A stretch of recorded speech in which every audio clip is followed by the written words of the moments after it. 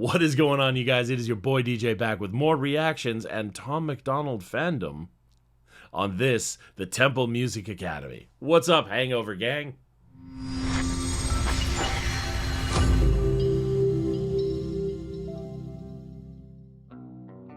Well, if you're new to the channel or returning, thank you so much for your continued support. I love you all the same.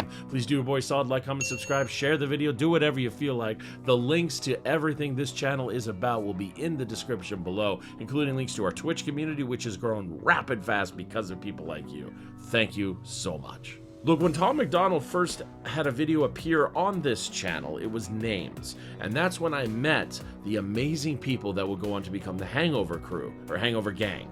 Hangover Gang. The Hangover Gang has been amazingly kind and supportive of this channel in one video that it forced me to go, you know what, I gotta do more. And that's why we're here today. We're doing more just for you guys, the Hangover Gang, because you're that damn supportive. I love you like a love song, baby. Issue here has been, I don't know where I'm supposed to start. Your comments and suggestions of what video by Tom MacDonald to start are so widespread based on his release era, I'm kind of just grasping at straws and choosing random ones. So this one today is called Scars because it had like 5 billion, exaggeration, it had so many comments on it.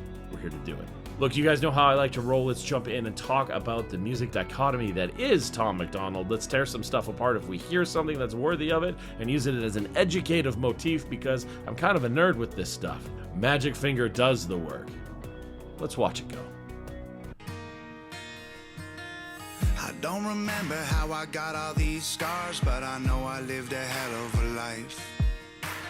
I can't remember how I made it this far, but I know it was a hell of a fight.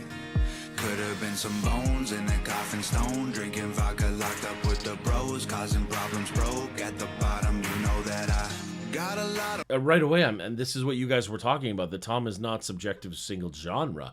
Tom is a wide range artist, which is fantastic. I'm hearing a voice layering of at least 3 right now on this one, and a simple acoustic guitar line, which is really fantastic. This is diverse. This is different. Marks under these clothes should have killed me, somehow I survived. These tattoos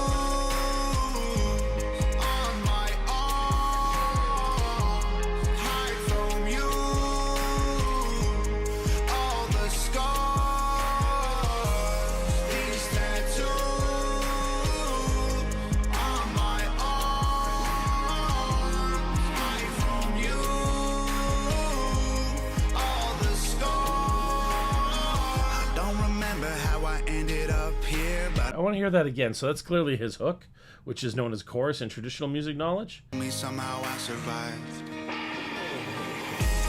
These tattoos on my arm hide from you. All the scars. These tattoos on my arm hide from you. All the scars. I don't remember how I ended up here, but I know I probably should have died. I don't remember why I cried all those tears, but I know that I turned out alright. I know that people wanted me dead. I lost all my friends, was running from the cops. Getting bread was dark in my head. You know that I have seen a lot of things in all of my years, but I'm thankful for this crazy life. Every single scar and every single scrape, every bruise and tattoo along the way tells a little story that I can't explain because the words escape me, but the marks remain. They won't ever fade and they can't be erased. They made me who I am and I am not ashamed. Every bump and scratch and every drop of blood prove how far I've came.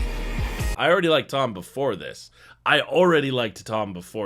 But the fact that he's wearing an Austin 316 shirt right now, 100% pure whoop ass. Yeah, I'm even more of a Tom fan. I like it. Please notice that when he goes into his hip-hop style flow verses, that we see him drop back into that 16th note kind of weird triplet feel that he likes to do. Sometimes there's a dotted 8th note in there, which he's holding it ever so slightly to get an elongated term. he's using kind of this really interested syncopation. Now, syncopation is the term that we use for any kind of pulse or emphasis on a beat. We can do rhythmic dichotomy as well, involving like which one is an eighth note, which one is the 16th note, how is he holding this note, how is he not. When a note is typically held, we can refer to it as dotted, we can refer to it as just elongated as well, and no crescendos necessarily with his volume raising and lowering, but overall, I mean, this is very diverse in a track. I like it. These tattoos on my arm hide from you. All the scars. And is he wearing a Korn shirt now? Like, Korn was huge for my development as a musician. They were huge. Life is Peachy is a masterpiece of a record. Please check that out. These tattoos on my arm hide from you. All the scars. I have had my scars longer than most of my friends. Crashed a couple cars, put some stitches in my legs. Looked up at the stars and all I can say is thanks. Recovery was hard, but it made me who I am. All these ugly battle scars complete me. They're reminders of the demons who tried their best to defeat me. They don't look so good in photos, but my struggles ain't beneath me. And these tattoos ain't for nothing, this is physical graffiti. Every broken bone, all the sticks and stones, and the moments when I felt so alone. Every single tear and like a million beers that I only drank so I could try to cope. Every bloody nose and all the muddy clothes when I was in the dirt down inside a hole. Every single scuff and every single scab made me who I am. One of the most brilliant things I had heard was from a friend of mine that's going through recovery right now, and one of the most brilliant things he said to me is alcohol is just stealing happiness from tomorrow. And I'm not sure where he heard that. I don't know if that's something they teach in recovery. I don't know, but that was really profound to me, and it really made me sit back and think. I was like, oh man, that's a good point. That's a good point. These tattoos on my arm hide from you. All the scars. These tattoos on my arm hide from you. All the scars. These tattoos on my arms hide from you. All the scars.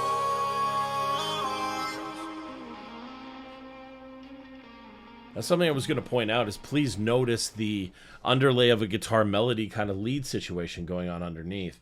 And they've got it dialed back into it, so I would suggest like the presence is probably dialed back.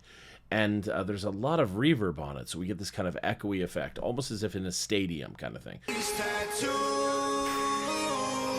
on my arms hide It's significantly buried in the mix, though. Significantly buried. on my arms hide from you. All the scars. These tattoos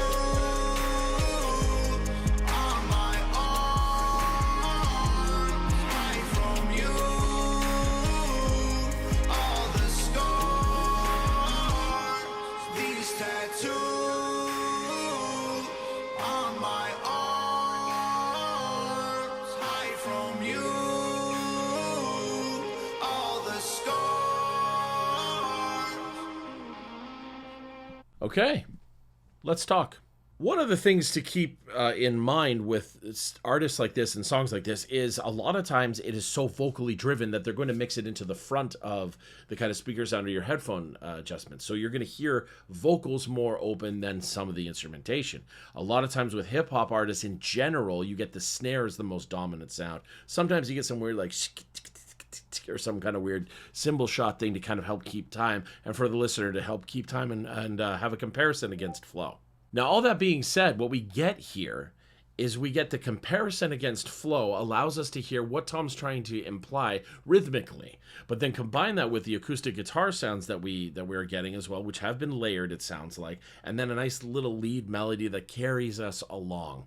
As he's got a relatively simplistic chorus or hook, it lets us hear everything at once and allows him open-endedness for layering. Let me explain. Anytime I play a chord, it's assumed the chord is approximately 3 notes. Sometimes there's advanced chords, major 7s, minor 7s, which imply that there's 4 or more inside of that chord. But typically we're seeing 3 notes and then octaves of said note that are played. We can see when Tom's just playing and strumming along on a chord on his guitar, he's got only a few of the notes being pressed, which is going to apply to me that he's doing the 3-note thing. When this 3-note is happening, these 3 notes are rung and kind of chime into the air, so to speak. While they are chiming into the air and resonating, which is the term for like ringing out, while they're doing so, he's able to match them with either a note that's missing from the chord or a favorable note that can make the chord sound sweeter, and this is probably where he's going to sit his vocal melody in for any kind of hook or chorus. That's what Tom does specifically with the word tattoos. You can hear how he elongates it. These tattoos, and he switches it. He's doing that color note that fits wonderfully within these 3 or 4 notes that are resonating up here. Now, professionals like Tom are also able to manipulate this, but they're doing a very subtle trick that is known in the hip-hop community, which is making this bass driven. Typically with bass lines or low register leads, they're going to do it with singular notes. These notes are either going to be the root note or one of the intervallic notes known as the 1-3-5 that causes the resonance. When the bass player is seasoned or a beat maker is seasoned, they start pushing us and pulling us around using these bass notes. These bass notes will kind of guide us as a homing beacon of where we're going to go and where our ears should listen to. That match with the percussion, relatively simplistic, and the hook being relatively simplistic, it allows my ear to kind of get like a GPS register of what's going on, which is probably why Tom's audience is so massive, because within seconds of hearing the song for the very first time, they can love it, they can hum it, and there's a lot of suggested content within the melody. As musicians, not to nerd out too much, guys, but as musicians, we can oftentimes hint at what is about to come. We can foreshadow melody. We can foreshadow stuff and hint at it previously. This is why if you've ever found yourself driving in a car or sitting there listening to a Tom MacDonald song for the first time, you're able to suddenly hum the chorus after only hearing it once. Some of you may have even experienced humming the remainder of the chorus without it ever being finished. That's what I mean about foreshadowing on melody. Look, I hope you guys love this one as much as I love doing it. This was a fun one because I got to see Tom play guitar. Yes! And he wears a Korn shirt. Yes! And a Steve Austin shirt. Yes! Tom, please, can we be best friends? Look, wherever you are, whatever you're doing, I hope you're kicking ass and taking names because you deserve it. As we always say around here, watch it go.